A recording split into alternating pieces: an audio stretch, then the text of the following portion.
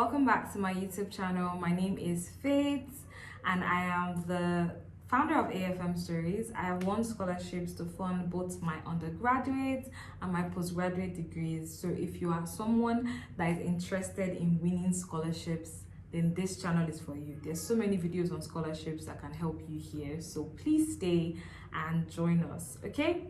Now, if you're watching this video, you definitely read the title or the thumbnail and you want to know what are the documents that you require for scholarships. So if you want to know what are the things you need to start getting together, what are the things that can help you on this journey, what are the things that will come up as you apply for scholarships, then this video is for you.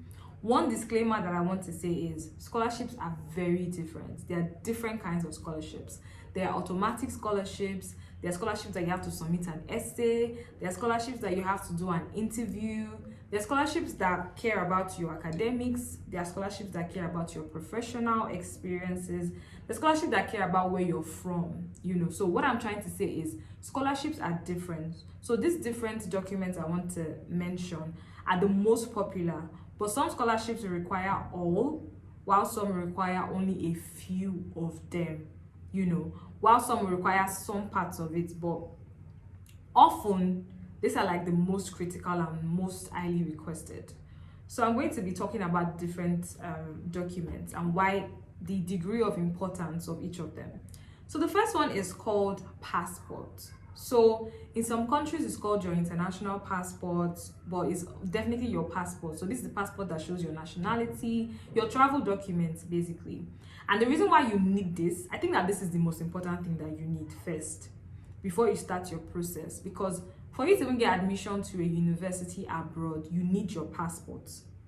If you don't submit your passport, they cannot give you an offer or an unconditional offer. Some schools are even lenient to allow you to apply without passports, but it's very few because they know that if you're applying to them, you definitely want to travel. So it'll be difficult for you to explain to them that I want to travel, but I don't have a passport. So you need a passport for scholarships, you need a passport for your university admission. So if you want to get a scholarship this year, next year, if it's in your short-term or medium-term goals, you need to get your passport immediately. The second thing that you need is your academic transcripts. So this could be an official transcript or your student transcript. This depends on the school. Some schools allow you to submit your student transcript. That's your own student copy that the school gave you, while some require that your school submits a transcript to them. Yes, it's not my decision. So if you don't have your academic transcripts, this is not statement of results. This is not compilation of results. Academic transcripts that shows all the courses you took in all 4 years, your grades, the course codes, your CGPA, your GPA, all of that. You need your transcript. Now, students' transcripts sometimes are unsigned. Some schools are still fine with that, It's always best to ask, but often you need to have a transcript. At the very worst, you need to have your student transcript. But I'll still say try to get an official transcript. Now, one tip I always give people, please, I'm not the one that told you this. I don't think you're supposed to do it, but desperate times result in desperate measures. So if your school doesn't want to give you your official transcript and you're trying to apply for something that requires your official transcript from you, then you might have to tell your school to send your transcript to maybe an office or to somewhere that you have access to, and say that maybe you want to apply for a job or something, but like your school can send your transcript to not only a university but also like a place of work or an application center or something. So that's a strategy that you can employ. The next thing you are going to need is your degree certificate. You see, degree certificate, transcript, and passports. Those three, if you don't have it, just forget it. Forget it, I'm sorry. But the point is, you need your degree certificate. It is so key, it's so important. And the degree certificate is basically just that certificate that says, oh, you finished from this school with this grade and you are awarded on this date. So if you don't have your degree certificate, you need to go to your school and accelerate the process, because there's hardly any scholarship that you can apply for or any admission that you can apply for without your degree certificate. So you need it. The next thing that you need is a personal statement. There's no school you apply to that will not require a personal statement. Even if you don't call it personal statement, they might call it statement of purpose, why you want to study at this school, statement of intent. The point is they will need a written document, or a written Word document, or a written essay or statement where you're talking about why you want to study in that school or that scholarship. Okay.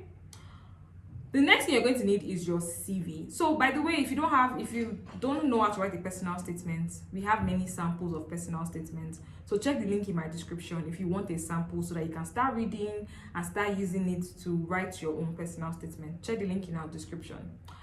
Also, the next thing you need is a CV. So this can either be an academic CV or a professional CV.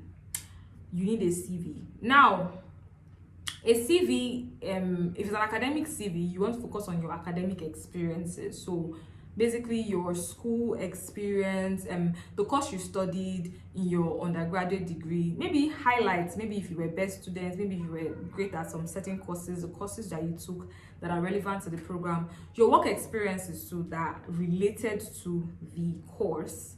Maybe you have volunteering experiences too that are also related, or maybe you have research experiences that are also related, or just basically a overview of what you have been doing, things that are related to that course of study. Professional too, mostly your work experience, your volunteering experience, your research experience. If you have publications, you can also put.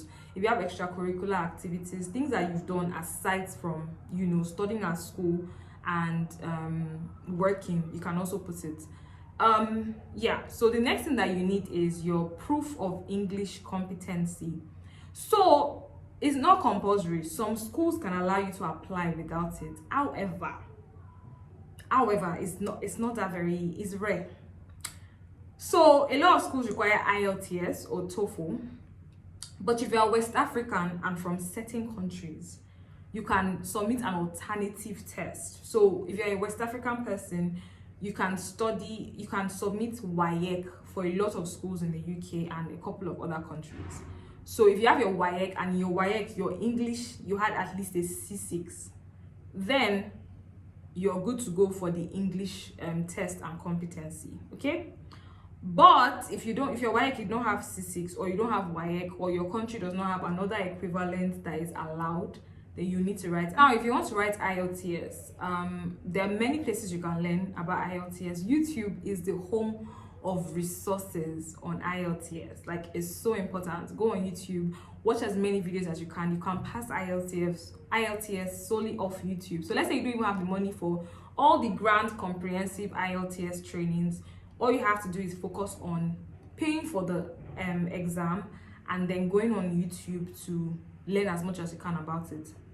The next thing that you need, this is not common, like most UK universities don't even really require this, but if you want to go to US, Canada, or let's say you want to study at an Ivy League school, or you want to study like a core management course like business, or just something that is, now engineering, those very tough courses, then definitely you might need to do this.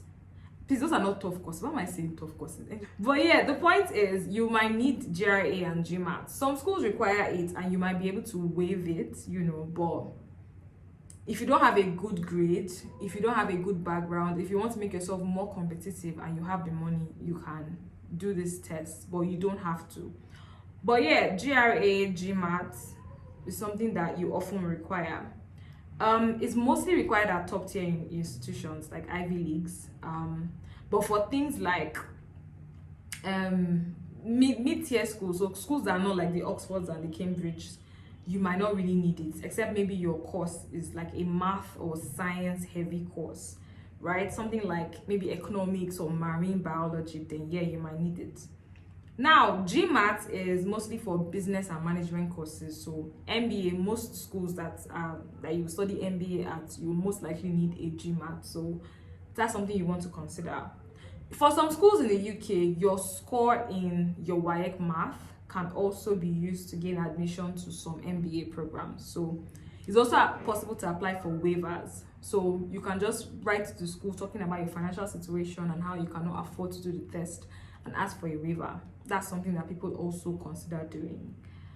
But not all schools require this. And let's say you don't want to write apply for a waiver, or you don't have the money to do this test, then just avoid schools that require it. I got scholarship for my postgraduate degree. I was in a business school, but I did not write GRE, I did not write GMAT, I did not write IELTS. I just chose institutions that required what I had. So schools that allowed me to use my WAEC certificates, or schools that do not require GMAT or GRE. So you have to be strategic. Yeah, but if you have a school that is like your dream school, especially if you want to study in the US, then they're a little more strict about GRE and GMAT, so yeah. The next thing you're going to require, or maybe not require, is a portfolio. Now this is very school and course specific. So certain courses require portfolio, not all courses. So let's say the kind of course you want to study is something that they cannot gauge your skill by just your talk, like your speech. So things like design, things like acting, writing, So there are certain types of disciplines that it's very important that they see a portfolio or a sample. So if you're in one of those kinds of disciplines, then definitely you will need a portfolio. So this can be your writing samples, your design samples, maybe your coding samples, depends on the school you're applying to, maybe your drawing samples.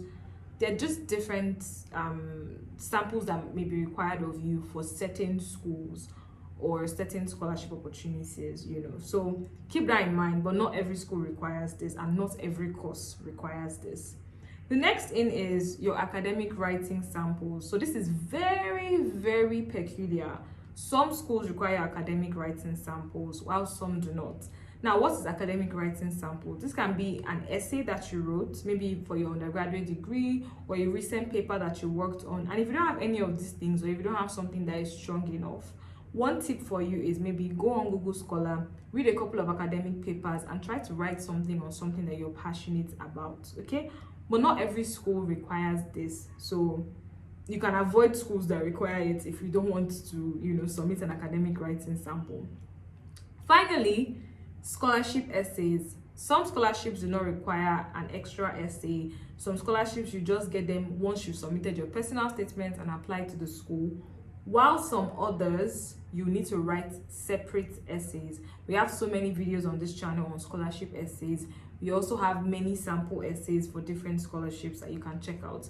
Check the link in our description. But the point is, if you've gotten to the end of this video, it means that you really care about winning a scholarship. And if you really want to win a scholarship for a master's degree this year or next year or in the short term, then I want to recommend that you get our book on how to get scholarships for your master's degree. Yes, this book has everything you need to know about how to win scholarship. That's even where I'm reading this documents list from. So this book has like introduction to scholarships, types of scholarships, the truth about scholarships, application process of scholarships. So if you're wondering, how do I apply? What are the documents needed? The ultimate scholar framework. Have you wondered what are the secrets of people that win scholarships? What do they have over you? Why are they different from you? What can you do to yourself to make yourself somebody that can win a scholarship? This book also has that. How to search for scholarships you can win.